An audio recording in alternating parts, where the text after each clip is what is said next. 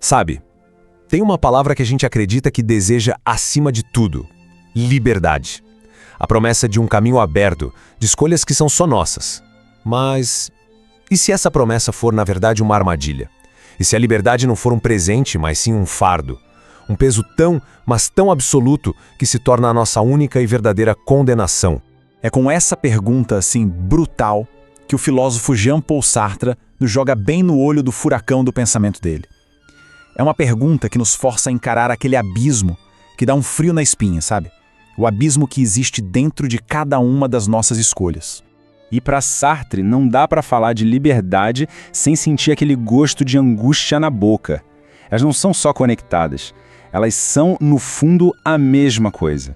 A angústia é a própria sensação da liberdade.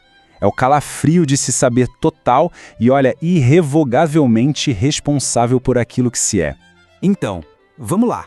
Vamos descer até esse lugar. Vamos mergulhar fundo nesse conceito que parece até uma contradição, mas que para Sartre define a condição humana. A ideia de que a gente simplesmente não tem como escapar da nossa própria liberdade. Vamos tentar sentir o peso dessa frase. A gente foi lançado ao mundo. Ninguém pediu para nascer, certo? Foi um ato que aconteceu sem a nossa permissão. Só que, a partir do momento em que a gente abre os olhos, tudo muda. Cada passo, cada palavra, até cada silêncio, tudo é uma escolha. E não tem para onde correr. A autoria de cada um desses atos é nossa. Tá, mas por que essa responsabilidade é tão esmagadora? De onde vem tudo isso? Bom, a resposta está na regra de ouro de todo o existencialismo de Sartre. É a chave que abre todas as portas do pensamento dele. Pensa num artesão. Antes dele fazer, sei lá, uma cadeira, a ideia, o propósito, a essência daquela cadeira já existe na cabeça dele. Mas com a gente a história é completamente o inverso. Nós primeiro somos jogados na existência, sem manual de instruções, sem um propósito definido por um criador, e só então, através do que a gente faz, é que começamos a pintar o que somos. E essa é talvez a imagem mais poderosa e mais assustadora de todas. Não tem um esboço, não tem um destino traçado. Cada decisão é uma pincelada definitiva na tela da nossa vida. Nós somos, ao mesmo tempo e para todo sempre, o artista e a própria obra de arte. Viver assim, como essa tela em branco diante do infinito, tem um preço, um custo emocional muito profundo, que Sartre nos revela em duas sensações que praticamente definem a experiência de ser livre: a angústia e o desamparo. Essa angústia do Sartre não é o medo de alguma coisa dar errado, entende? É a consciência paralisante de que, ao escolher para si, se está, na verdade, escolhendo para toda a humanidade. É como se cada ato nosso dissesse para o universo: olha, é assim que um ser humano deve ser. É o peso de ser um legislador para todos, sem nunca ter pedido por esse cargo. E se não existe um roteiro prévio, também não existem desculpas. A gente não pode culpar o destino, a nossa natureza ou a vontade de Deus. Estamos sós.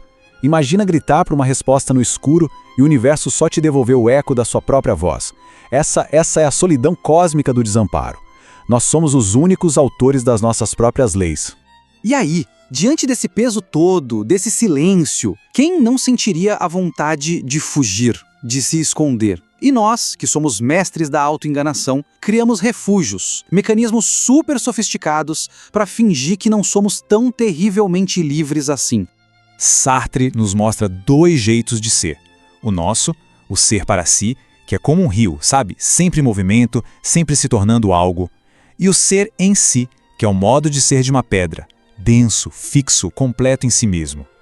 A nossa grande e trágica mentira é quando a gente deseja ter a paz e a solidez da pedra. Isso é a má-fé. É a mentira que a gente conta para nós mesmos para aliviar o fardo. É o garçom que se convence de que ele é apenas um garçom. Somos todos nós quando dizemos: eu sou assim mesmo, como se isso fosse uma sentença definitiva, e não uma escolha que se renova a cada instante. E aqui chegamos numa de suas frases mais temidas. Mas calma, o inferno não é a maldade dos outros, é o olhar do outro. Aquele olhar que julga, que define, que tira uma foto e tenta nos transformar num objeto, numa coisa.